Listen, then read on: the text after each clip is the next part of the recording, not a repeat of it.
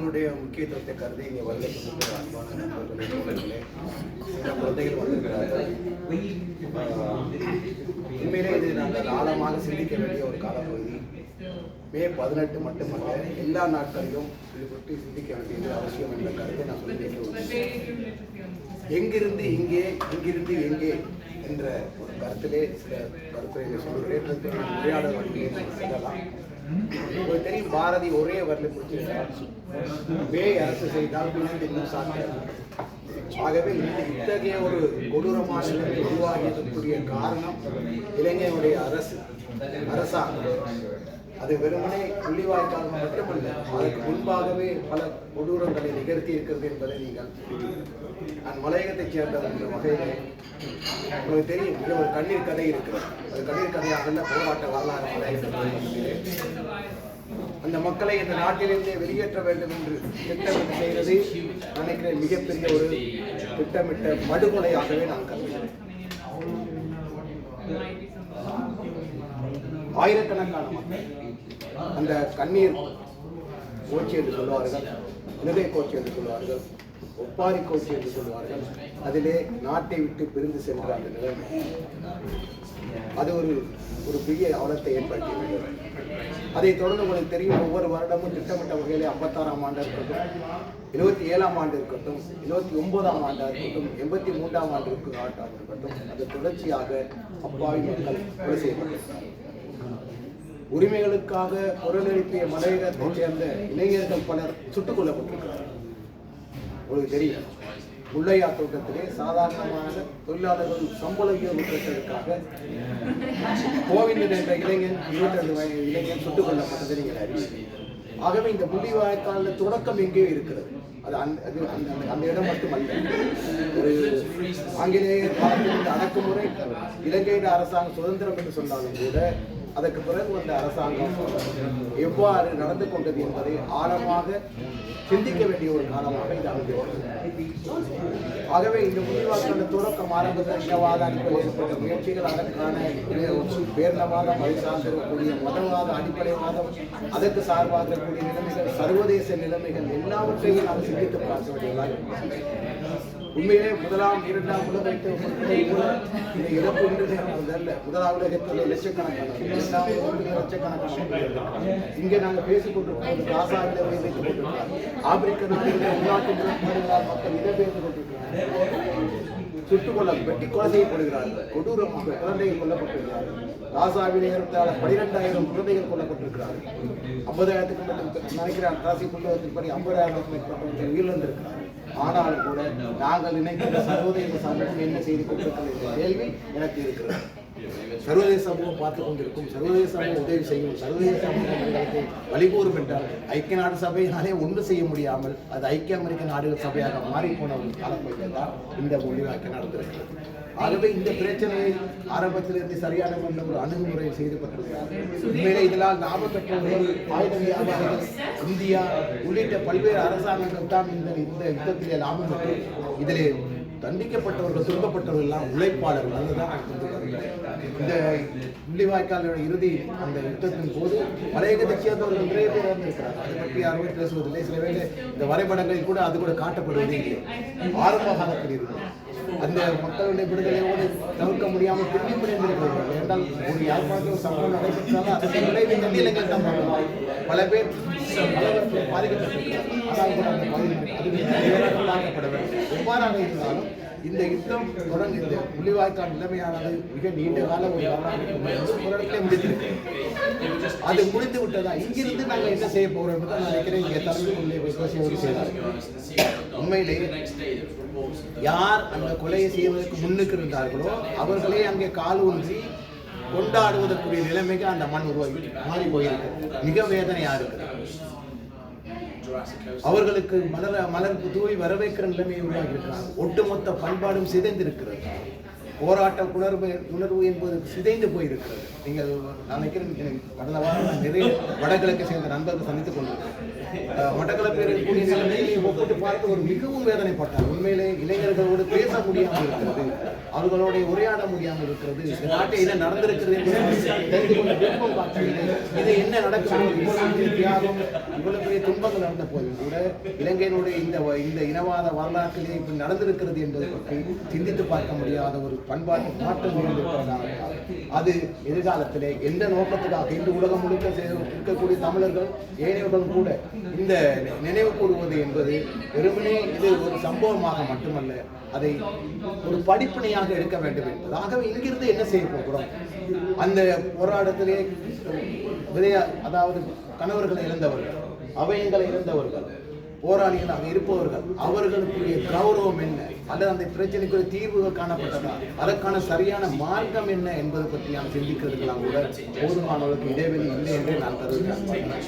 ஆகவே முள்ளிவாய்க்கால் இத்தனை பேர் செத்தார்கள், இவ்வாறு இராணுவம் நடந்து கொண்டது என்பது அது பல்வேறு நாடுகள் சேர்ந்து செயல்பட்டன என்பதை ஒரு பக்கம் வைத்துவிட்டு அதையும் வைத்து மறுபுறமாக இங்கிருந்து நாங்கள் எங்கு செல்ல வேண்டும்? உண்மையாக அந்த மக்கள் இந்த நாட்டிலே இனப்பிரச்சனை 4 தேசிய இனங்கள் இருக்கின்றன. 4 தேசிய இனங்கள் சிங்களவர்கள் இருக்கிறார்கள், அதே மாதிரியாக வடகிழக்கு மக்கள் இருக்கிறார்கள், அதே மாதிரி முஸ்லிம்கள் இருக்கிறார்கள், மலையக மக்கள் இருக்கிறார்கள், அதே மாதிரியாக சிறுபான்மை தேசியர்கள், சிறுபான்மையாக இருக்கக்கூடிய வேடர்கள் உள்ளிட்ட பல பேர் இருக்கிறார்கள். இவர் அனைவரும் ஒன்றாக வாழக்கூடிய ஒரு சூழலை ஏற்படுத்தக்கூடிய அரசாங்க முறை ஏற்படுத்த வேண்டும் என்பது இந்த தியாகத்தினுடைய இந்த இரத்த வரலாறினுடைய விளைவாக மாற வேண்டும். இல்லை என்றால் இது சம்பிரதபூர்வமாக ஒவ்வொரு பாட்டம் கூடி கதைவதும் இன்று இதை போட்டு பேரினவாதிகள் வேறு வகையாக நாங்கள் இன்று காலை இல்லைங்க பார்த்து சில வேலை கொடிகளை போட்டு இராணுவ காலை போட்டு விதிப்பது போல ஒரு படம் ஒன்று காட்டப்பட்டிருக்கு. அது வகையான பிரச்சாரம் போகிறது.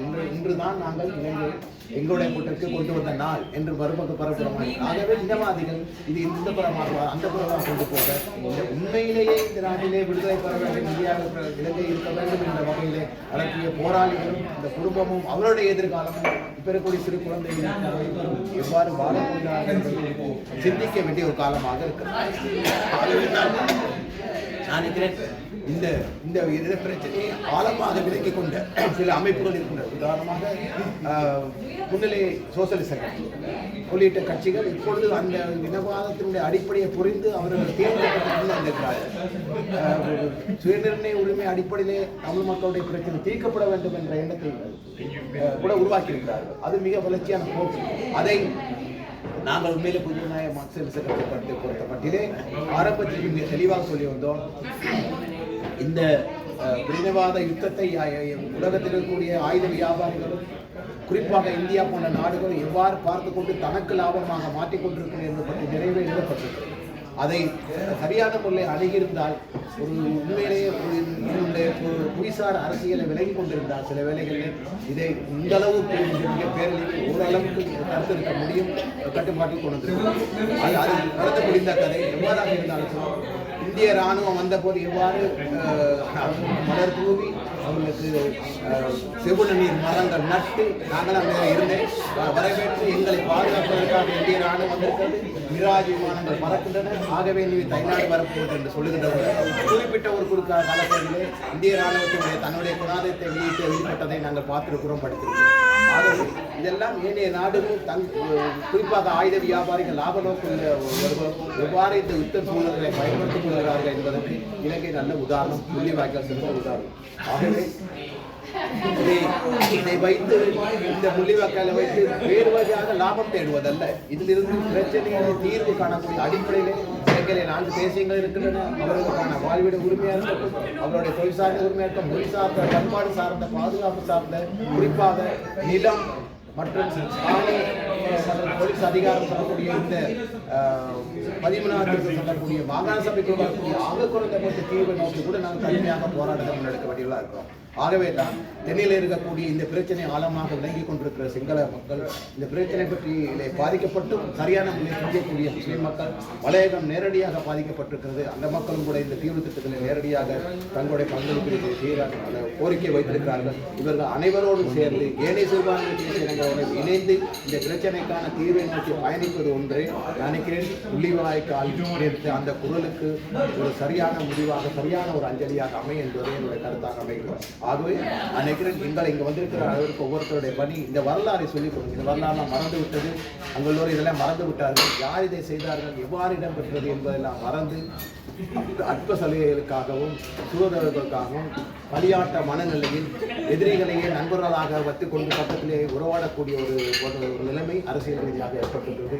இதை மாற்றி அமைக்கக்கூடிய ஒரு அரசியல் பண்பாட்டையும் பொருளாதார பண்பாட்டையும் வரலாற்றை கற்றுக்கொள்ளக்கூடிய இளைஞர்கள் குறிப்பாக இளம் சமுதாயத்தில் பெற்றுக்கொள்ளக்கூடியதாக இல்லாமல் நாங்கள் தவறிழைப்பு செய்தோமானால், தவறுகளை இழைத்தோமானால் வடக்கு கிழக்கு மனை போதை இழந்த ஒரு பகுதியாகவும் சிந்திக்கவே முடியாத ஒரு பகுதியாகவும் அவர் நிச்சயமாக தெரியும். உலகாந்த அடிப்படையிலே நேருக்கு நேராக யுத்தம் செய்த இன்னொரு வகையாக சிந்தனைகளை அடித்தல், மூன்றாவதாக போதையினூடாக இந்த சமூகத்தினர் உருவாக்க சிதைத்தல், மூன்றையும் அவர் பயன்படுத்தார். உங்களுக்கு தெரியும் நிச்சயமாக இந்த பின்னமைத்த போன்றவை எல்லாம் எல்லோரும் ஒற்றுமையாக வர முடியாது என்ற ஒரு கருத்தை கொண்டு வந்து இலக்கிய ரீதியாக வந்திருப்பதை பார்க்கலாம். நாங்கள் சிந்திப்பது போல் நீங்கள் சிந்திப்பதில்லை, நீங்கள் சிந்திப்பது போல் நான் சிந்திப்பதில்லை, ஆண்கள் சிந்திப்பது போல் பெண்கள் சிந்திப்பதில்லை, கட்டமைப்பு அது இதை சொல்லி மையம் எல்லை சொல்லி சாதியம் பிரிவுகள் நாம் சொல்லி மக்களை ஒன்று கூடாமல் எப்படி நவீனத்துவத்துக்காக மிகப்பெரிய அர்ப்பணிப்புடன் ஒற்றுமையே இல்லாத சாதிக்கும் என்று சொன்னதை சிதைக்கின்ற ஒரு போக்கு கல்வியினூடாக இலக்கியத்தினூடாக வந்து மறுபுறமாக வடகிழக்கு பொறுத்தவரை அண்மை காலத்தில் தெரியும்.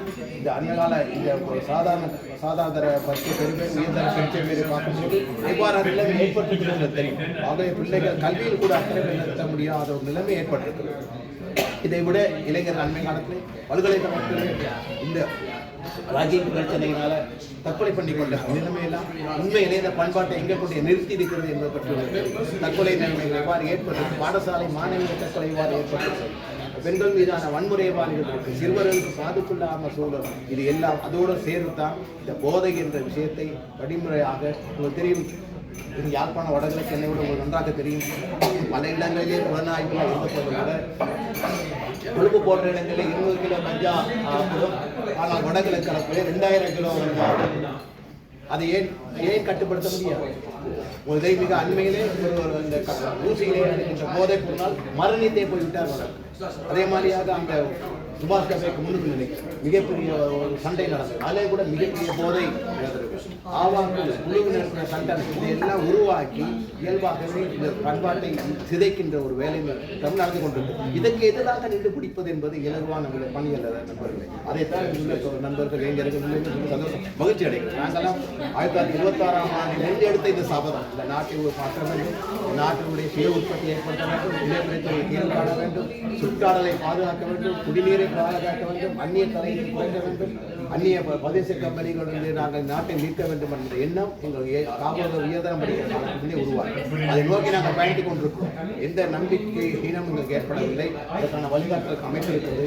இங்கே வந்து பார்த்தபோது தான் இந்த நம்ம இளைஞர்கள் இதை நம்ம இயக்க வேண்டும், இங்கே உள்ளவர்களுக்கு சரியான கருத்துக்களை கொண்டு செல்ல வேண்டும் என்பதும் உள்ளியூர் ஆய்க்கால் என்பது வெறுமனே பணம் சார்ந்து மிகப்பெரிய கொண்டாடக்கூடிய விஷயம் அல்ல. அது அறிவுபூர்வமாக சிந்திக்கப்பட வேண்டிய ஒரு விஷயம் என்பதை சரியாக புரிந்து கொண்டிருக்கிறது மிக மகிழ்ச்சியாக இருக்கிறது. இளைஞர்கள் காலைச்சூரியனுக்கு ஒப்பானவர்கள். அந்த காலைச்சூரியன் உதயமாகிவிட்டால் உலகில் இருக்க முடியாது. அந்த சரியான வழிகாட்டல் செயற்படுகிறார்கள். ஆகவே நினைக்கிறேன் நிறைய அனுபவம் உள்ளவர்கள் வந்திருக்கிறார்கள். இதை குடும்பங்கள் உரையாடுங்கள், இதை பற்றி எழுதுங்கள், பேசுங்கள், பாடல்களாக வெளிப்படுத்துங்கள். சிறந்த கலைஞர் ராஜாங்க கூட வந்து பல விஷயங்கள் செய்யணும். அதே மாதிரி உங்களுக்கு பேர் வந்திருக்கிறார்கள், பெண்களும் இருக்கிறார்கள். ஆகவே குழந்தைகளை சில விஷயம் சொல்லுங்கள். அந்த நிலைமை எதிர்காலத்தை மாற்றியமைக்காவிட்டால் இந்த மாதிரி இருக்கிற அங்குள்ள குறைகள் எனக்கு ஒரு பிரச்சனையாக இருக்கும்.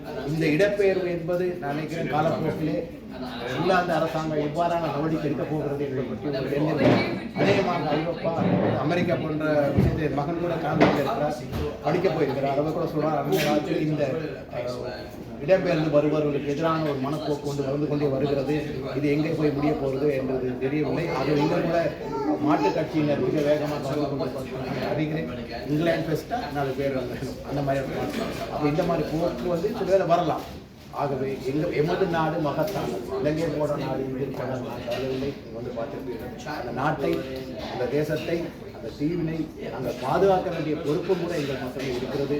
ஆகவே அதை நோக்கி பிள்ளைகளுக்கு சொல்லிக் கொடுப்பதோடு இந்த பயணத்தில்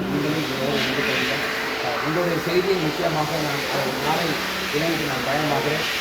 இப்படியெல்லாம் இன்னமுள்ள நூற்றாண்டு என்ற கருத்தினை வடக்கு அன்னி கலைஞர்கள் உள்ளிட்ட பலன் உள்ளிட்ட அனைத்து போர்களுக்கும் நிச்சயமாக சொல்லுவேன். நம்பிக்கையுடன் பயணிப்போம். நான் மீண்டும் சொல்கிறேன், பேய் அரசு செய்தால் இணைந்திரு சாத்திரங்கள் அரசிலே ஏற்பட மாற்றம் ஏற்படாவிட்டால் கீழே எந்த மாற்றமும் ஏற்படுவதில்லை. ஆகவே அதை நோக்கி நாங்கள் செயற்பட வேண்டியுள்ளோம். கற்பனை அரசியல், பொருளாதாரம், பண்பாடு, குறிப்பாக நம்முடைய கல்வி, சிந்தனை ஆகியவற்றை மாற்றம் பெறும்போது தான் அன்றைக்கு மாற்றத்தை காண முடியும். ஆகவே இந்த நேரத்திலே எனக்கு ஒரு கருத்து சொல்வதற்கு வாய்ப்பு இருக்கிறது. நன்றி கூறி உங்களுடைய கருத்துக்களே நான் மிக அதிகமாக எதிர்பார்க்கிறேன். உங்களுடைய கருத்தை நான் நிச்சயமாக சொல்லி என்னை நண்பர்கள் தோழர்களுக்கு இவ்வாறான கருத்து இருக்கிறது. அனைவரும்